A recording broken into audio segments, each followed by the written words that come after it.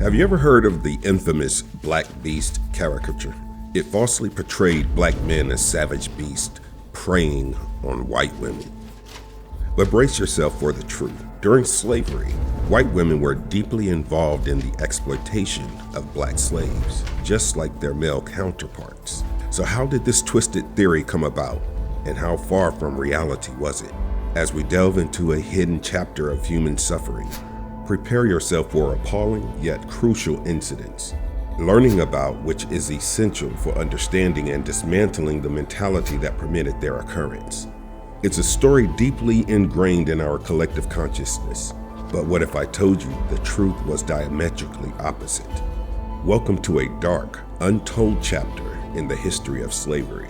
Did you know around 40% of slave owners were actually white women? It's surprising, right? Especially when we've been taught about the limited rights women had during the 19th century. The image we often have of 19th century women is that of docile, submissive individuals. So how did some of them end up owning slaves? Not much differently than their male counterparts. Which part of this history is true? Well, let's take a closer look at the circumstances of that era. In the 19th century, while white families benefited greatly from racial hierarchy, gender hierarchy granted men various privileges and benefits.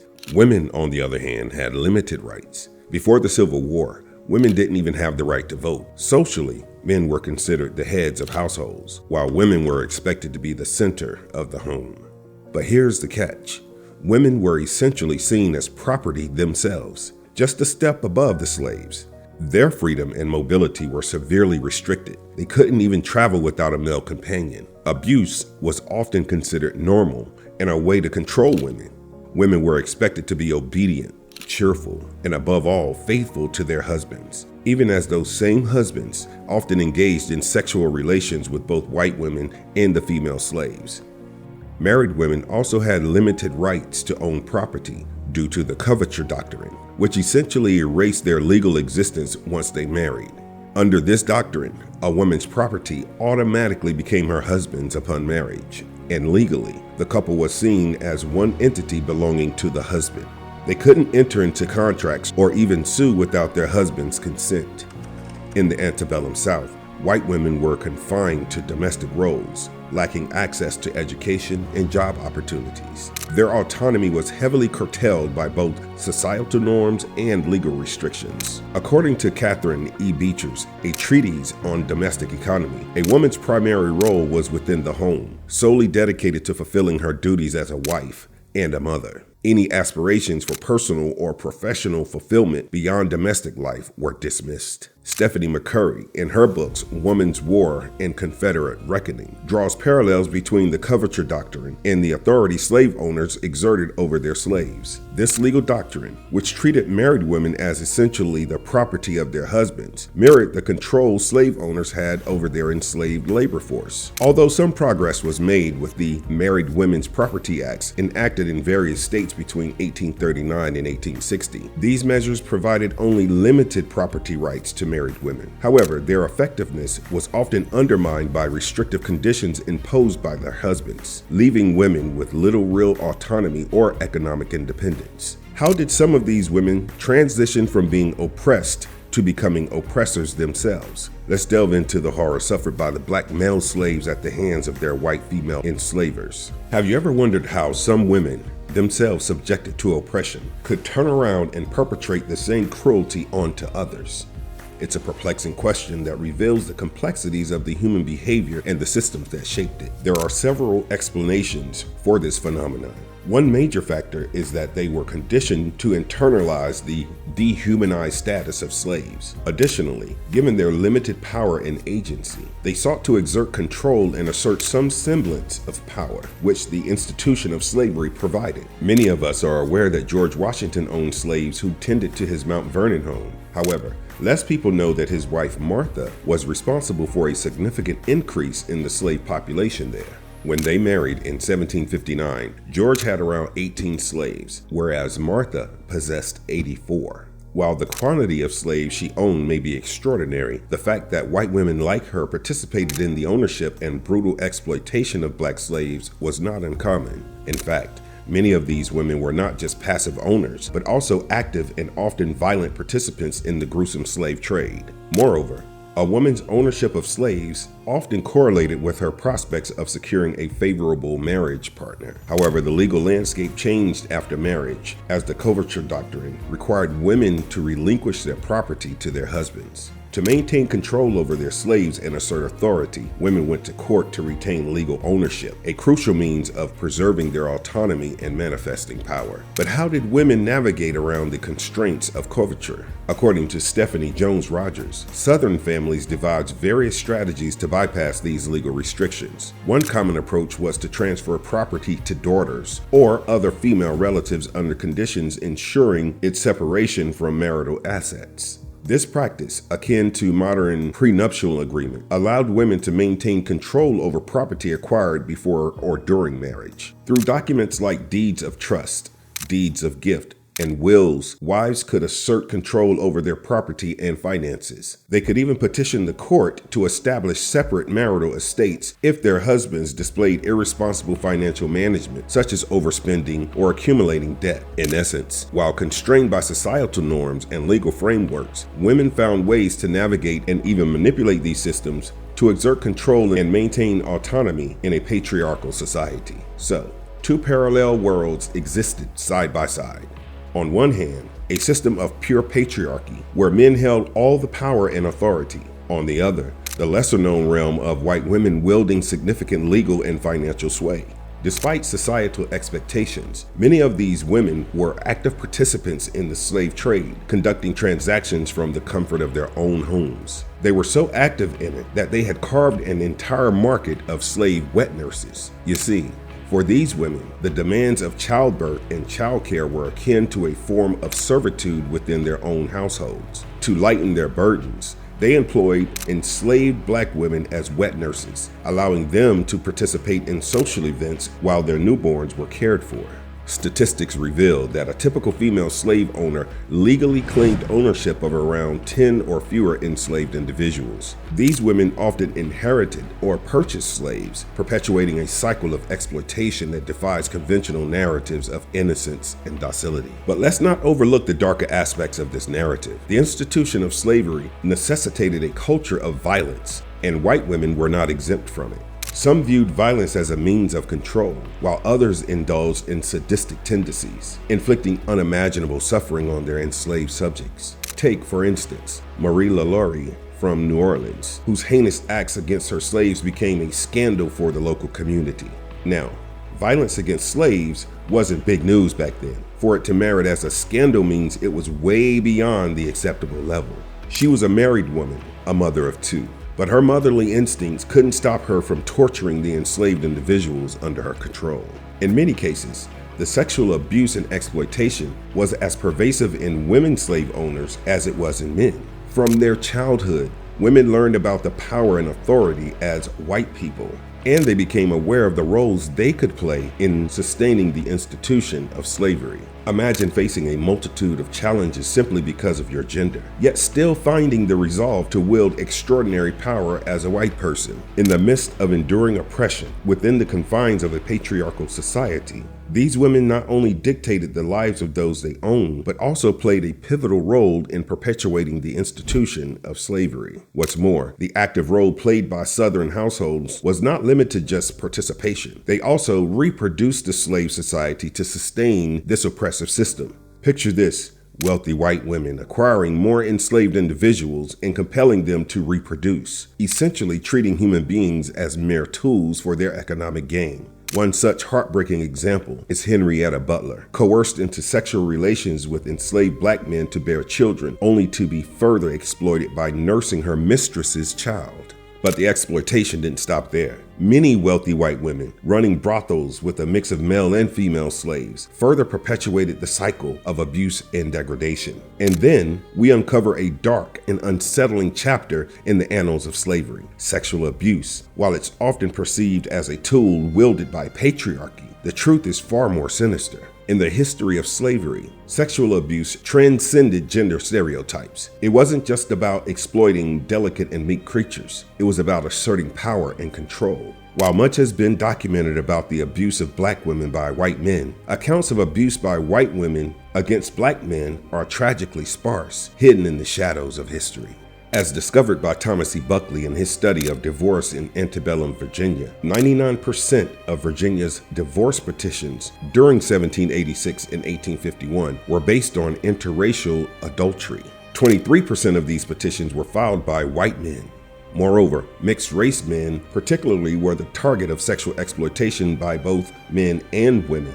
Richard Hinton, a white abolitionist, testified to the American Freedmen's Inquiry Commission that there wasn't one light-skinned formerly enslaved man who didn't tell him of the instances where he was compelled either by his mistress or a white woman of the same class to have relations with her. A 2011 article published in the Journey of the History of Sexuality, Thomas Foster contended the same, that enslaved black men were sexually exploited regularly. The abuse existed in various forms, including outright physical assault, coercion, forced reproduction, and sexual manipulation. He gave an example of a man named Lewis Bourne, who had filed for divorce due to his wife's long-term sexual relations with a male slave named Edmund. The testimonies of the American Freedmen's Inquiry revealed numerous accounts of sexual encounters between white mistresses and black enslaved men.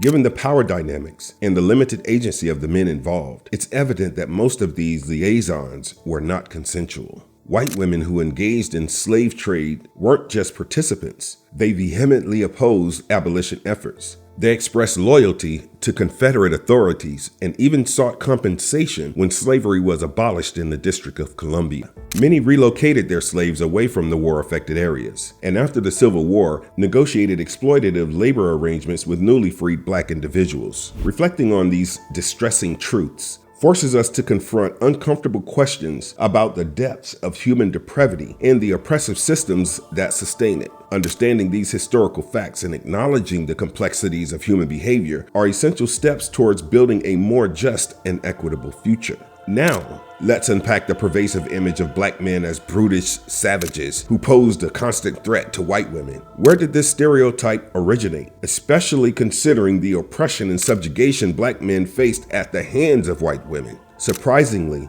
this image didn't stem from the slavery era. In the pre-Civil War period, black men were often perceived as docile, harmless, and even childlike, a perception that fueled the paternalistic notion of white supremacy. So, where did the stereotypical idea of the brutish black man originate? An entire body of literature depicts black men as brutish, fiendish, and sociopathic, a portrayal known as the brute caricature. This image starkly contrasts with perceptions during the slavery era. But why did this drastic shift occur? It stemmed from the perceived threat of a free black man, leading to the horrific phenomenon of lynching. It arose from the accusations of sexual abuse against white women, despite the fact that most of the lynching incidents weren't related to the charges of sexual abuse. The brute caricature served as a dangerous red herring, falsely suggesting that free black men posed a threat to white women's safety.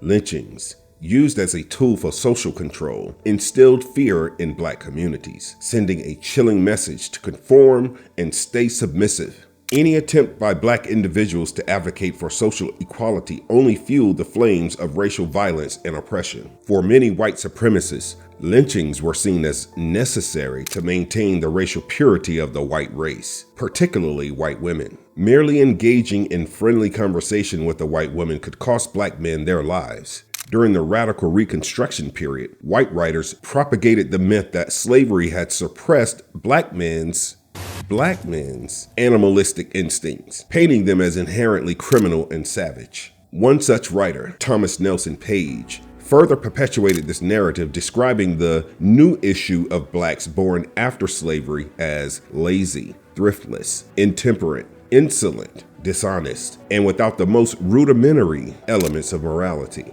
Furthermore, Virulent anti-black propaganda flooded scientific journals, local newspapers, and best-selling novels in the early 20th century, focusing on the stereotype of the black assailant. This unfounded claim portraying black men as a threat to white women became the twisted justification for the heinous practice of lynching. How do you think this caricature would have unfolded? Based on white supremacy and an urge to retain control over black people, white women came up with their own version of the Ku Klux Klan. Amidst the chaos of the post-Civil War America, the Ku Klux Klan emerged as a formidable force, wielding fear and violence to impose its authority. Targeting black communities, they sowed terror through intimidation and brutality. But there's more to the story. Within the KKK lurked another influential group, the Women's Ku Klux Klan.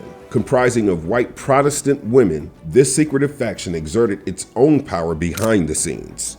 Originating in Pulaski, Tennessee, the KKK was born out of resentment towards newly emancipated black individuals. Men initially led the movement, driven by anger and the desire for social status. Initially, women in the KKK played supportive roles, focusing on ceremonial attire and embodying traditional virtues. However, as the KKK expanded, so did the influence of the women within it.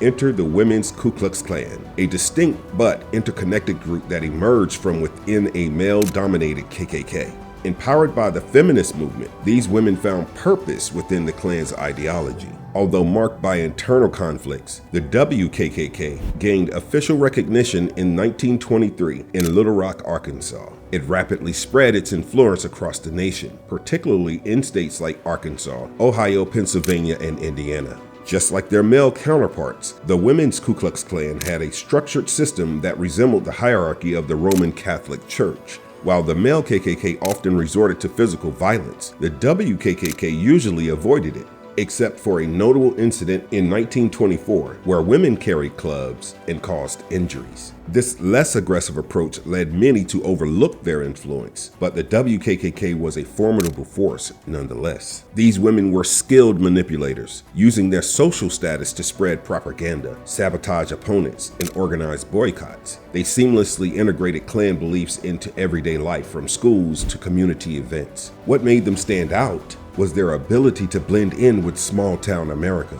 To many, the WKKK was more than a racist group. It was a social club where shared values were celebrated. Yet, beneath the surface, their commitment to racism was unwavering. Driven by their core conservatism, these women held significant sway within their communities. Leaders like Lulu Markwell, the first national leader of the WKKK, championed women's suffrage, while Daisy Douglas Barr, a respected Quaker preacher, led with unwavering dedication. Their influence extended far beyond their communities, impacting history on a broader scale. Yet, despite their activism, a troubling contradiction remained. Their belief in innocence and purity clashed with their active involvement in a system built on exploitation and brutality. In today's world, while lynchings have ceased and the black brute caricature has been rejected, its shadow still haunts our society. This untold story of slavery teaches us that neither gender nor race bears the blame. It's the mindset and attitudes that perpetuate the dehumanization of certain groups. Despite efforts to discard the brute caricature,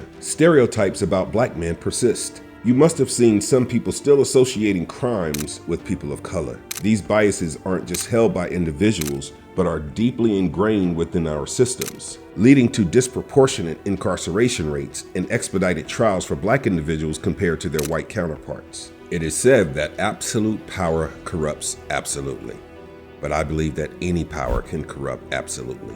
Oppression is not about gender, caste, color, or creed. It's always about power and its preservation by those in positions of privilege. As we confront the harrowing realities of black male slaves subjected to the brutality of many white women slave owners, we are compelled to grapple with the profound implications of this historical injustice. Their stories illuminate the complex dynamics of power, gender, and race that shaped the fabric of American society during the era of slavery. The horrors endured by these individuals underscore the urgent need for a deeper examination of our shared past, challenging us to confront the enduring legacies of systemic oppression and racial inequality that persist today. In bearing witness to the suffering inflicted upon black male slaves by white women slave owners, we are reminded of the profound resilience and resistance of the human spirit in the face of unimaginable adversity. Their stories serve as a poignant reminder of the enduring quest for justice